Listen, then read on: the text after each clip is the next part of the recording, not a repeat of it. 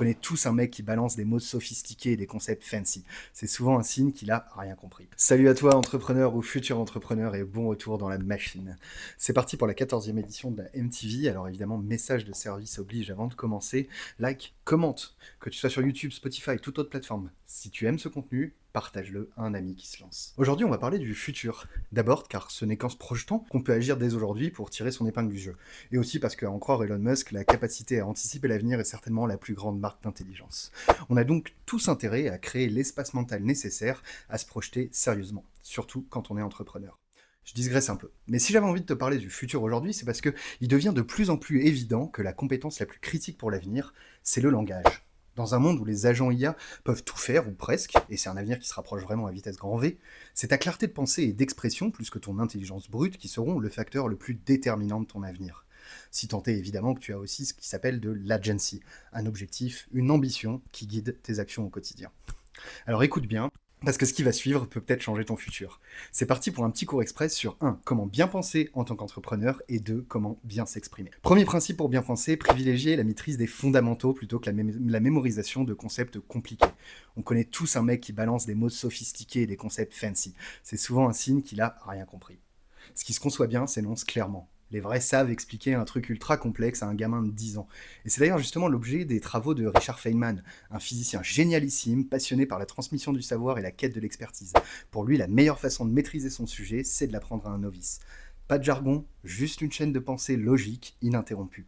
Le truc à accepter, c'est que bien penser, penser clairement, c'est jamais de la mémoire. Deuxième principe, et c'est peut-être le plus dur, faire face à la réalité telle qu'elle est, pas telle que tu voudrais qu'elle soit. Sois brutalement honnête avec toi-même. Ce qui nous empêche le plus de voir la réalité, c'est nos idées préconçues sur ce qu'elle devrait être. Genre quand ta startup elle avance pas et que tu te convaincs que c'est normal pour réussir à continuer. C'est ton ego qui refuse la vérité. Un truc à accepter. C'est dans les moments les plus durs de l'entrepreneuriat, quand tu souffres le plus, quand tu vois les choses exactement comme elles sont, quand ton business se plante, c'est douloureux. Mais c'est aussi le moment de vérité où tu peux plus nier la réalité. Alors plus ton ego est petit, moins tes réactions sont conditionnées, plus il sera facile pour toi de voir la réalité.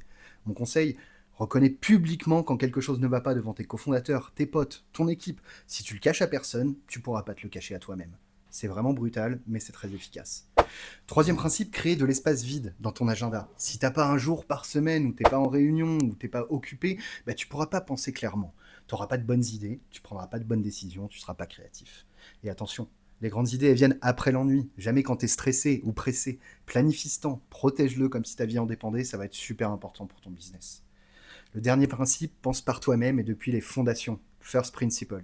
Les personnes les plus intelligentes ont tendance à être un peu cheloues parce qu'elles insistent pour tout repenser par elles-mêmes.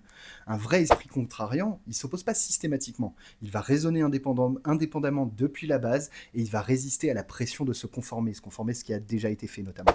Et si en plus tu es optimiste, alors là tu as touché le jackpot. C'est facile d'être cynique, c'est facile d'imiter, mais être optimiste tout en pensant différemment, c'est ça qui va vraiment créer de la valeur au final. Et quand on se paye le luxe de vouloir créer quelque chose de nouveau, autant en profiter pour partir d'une feuille blanche. Alors pour résumer, maîtrise les fondamentaux, affronte la réalité sans ego, crée de l'espace pour penser et raisonne en first principles. Retiens aussi ça, ce que tu ressens, ça va jamais rien te dire sur les faits en eux-mêmes, ça va t'apprendre toujours quelque chose sur ton attitude face à ces faits. Maintenant que tu as un petit manuel pour bien penser, ou en tout cas j'espère penser un peu mieux, je te vois un peu venir, mais en quoi ça m'aide à prompter mon IA préféré? Attends, bouge pas, on arrive.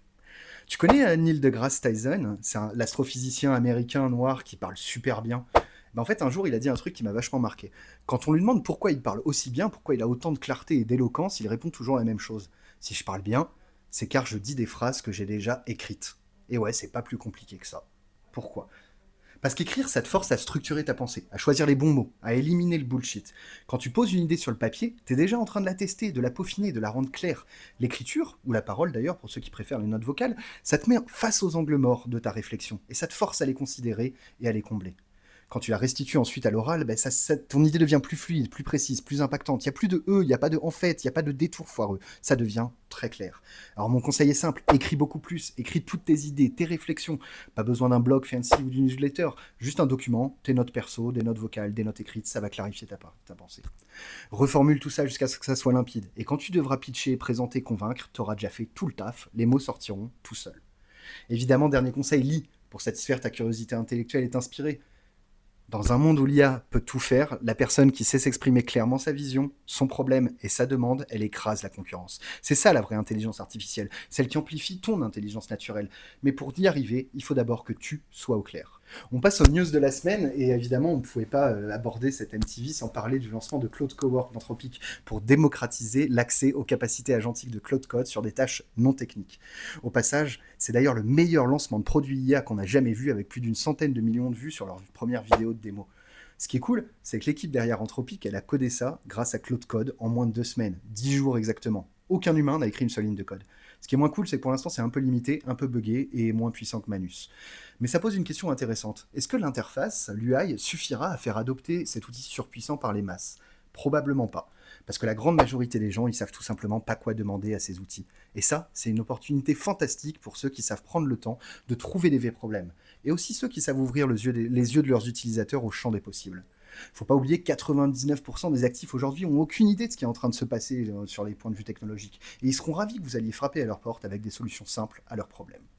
Deuxième news, pour rester dans les systèmes agentiques, côté Manus, justement, on annonce un partenariat avec le broker de données de trafic en ligne, SimilarWeb, pour notamment permettre aux utilisateurs d'analyser le trafic web des 12 derniers mois, d'évaluer instantanément ce que font ses concurrents, de comprendre les canaux marketing et les sources de trafic avec des insights précis par géographie ou secteur.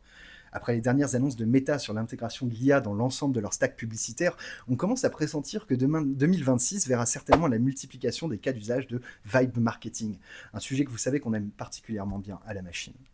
Dernière news enfin du côté de Google et de Gemini, l'annonce de Personal Intelligence qui permet à Gemini, avec votre accord bien sûr, de se baser sur l'intégralité de ce que Google sait de vous pour vous proposer une expérience plus personnalisée.